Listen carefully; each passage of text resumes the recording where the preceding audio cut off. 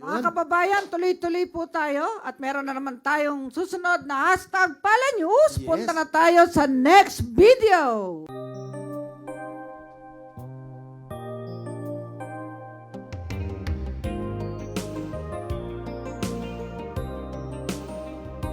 Kung hindi tayo, sino pa nga ba? Bayang Pilipinas, pagkaganda, magmamahal at kakalinga.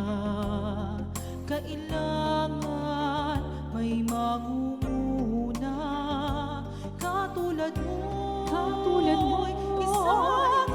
isang agilang Pilipan, kahit na mag-isa May malasakit. Isang linggo mula nang maisagawa ang Love for All Caravan sa Zamboanga City, ay tinungo naman ng Love for All team ang bayan ng El Salvador, Misamis Oriental para doon naman magbahagi ng libreng serbisyong medikal, basic laboratory examinations, pamamahagi ng mga libreng gamot, pagbibigay ng free legal aid at iba pang government services. The Love for All program ay hindi lang tungkol sa pagbibigay ng serbisyong medikal.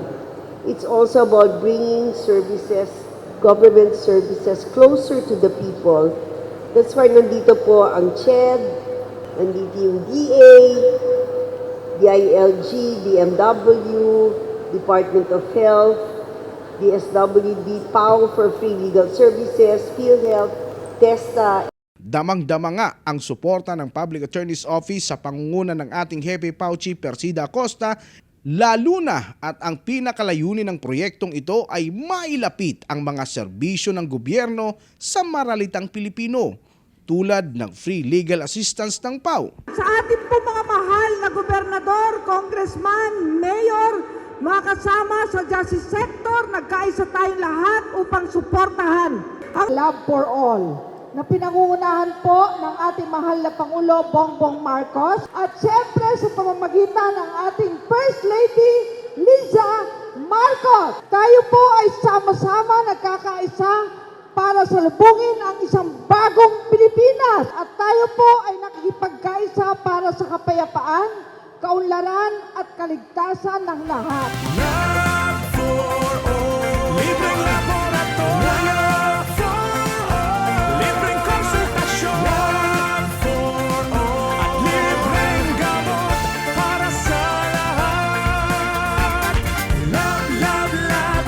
Love for all. Para sa bagong Pilipinas. Love, love, love. Love for all. Laboratorio, konsulta at gamot para sa lahat. Para sa hashtag Pala News, ako si Gerald Ranges, kaisa ni PAO Chief Acosta, katarungan laban sa kahirapan.